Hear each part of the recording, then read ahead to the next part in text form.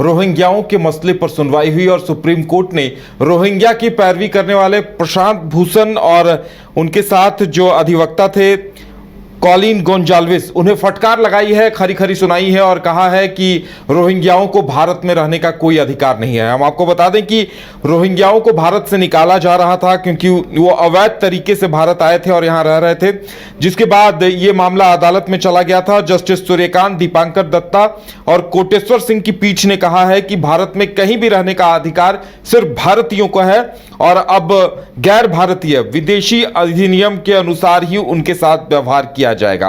आपको बता दें कि सॉलिसिटर जनरल तुषार मेहता ने अधिवक्ता कनु अग्रवाल के साथ पीठ को बताया कि रोहिंग्या मुसलमानों के निर्वासन पर रोक लगाने से इनकार कर दिया गया था सुप्रीम कोर्ट ने और इसी मामले को लेकर सुनवाई चल रही थी। ज्यादा जानकारी के लिए इस वक्त हमारे साथ हमारे वरिष्ठ सहयोगी राकेश रंजन जी हैं।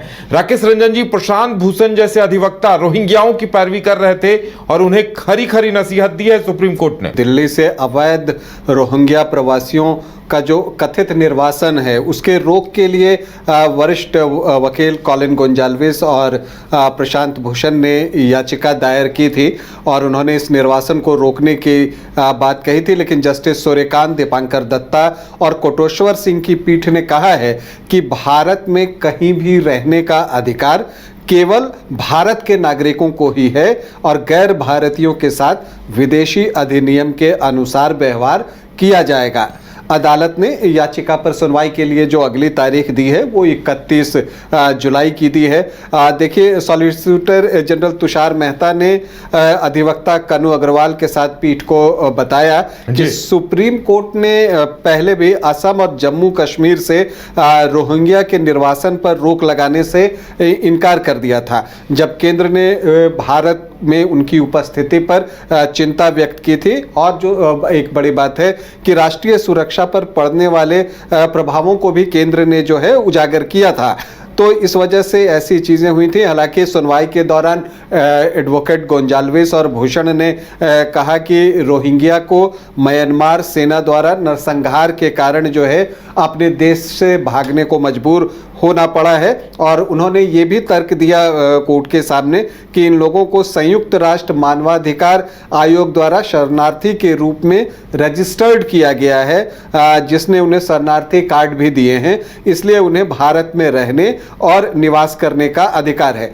लेकिन सॉलिसिटर जनरल ने उसका विरोध किया और कहा कि देखिए, रोहिंग्या विदेशी है और असम मामले में सुप्रीम कोर्ट ने फैसला दिया था कि वह म्यांमार की स्थिति पर टिप्पणी नहीं करेगा। उन्होंने कहा कि सुप्रीम कोर्ट ने यह भी कहा था कि निर्वासित न किए जाने का अधिकार निवास के अधिकार के साथ जुड़ा हुआ है, जो केवल भारतीय नागरिकों को ही प्राप्त है।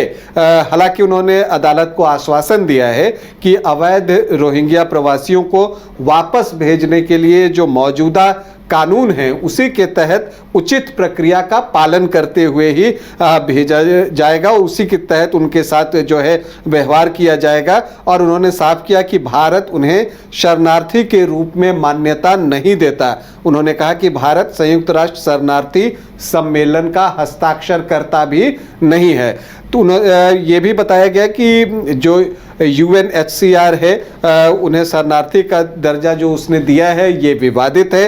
पीठ ने कहा कि अनुच्छेद 21 के तहत जीवन का अधिकार रोहिंग्या प्रवासियों को उपलब्ध है, लेकिन वे सभी विदेशी हैं जिनके साथ विदेशी अधिनियम के अनुसार ही व्यवहार किया जाएगा। तो ये सारी चीज़ें गुरुवार को हुई हैं। ये एक डेवलपमेंट है। अगली तारीख भी 31 जुलाई की दे दी गई है। अब उसमें क्या कुछ होता है उसके लिए हमें अभी इंतज़ार करना पड़ेगा।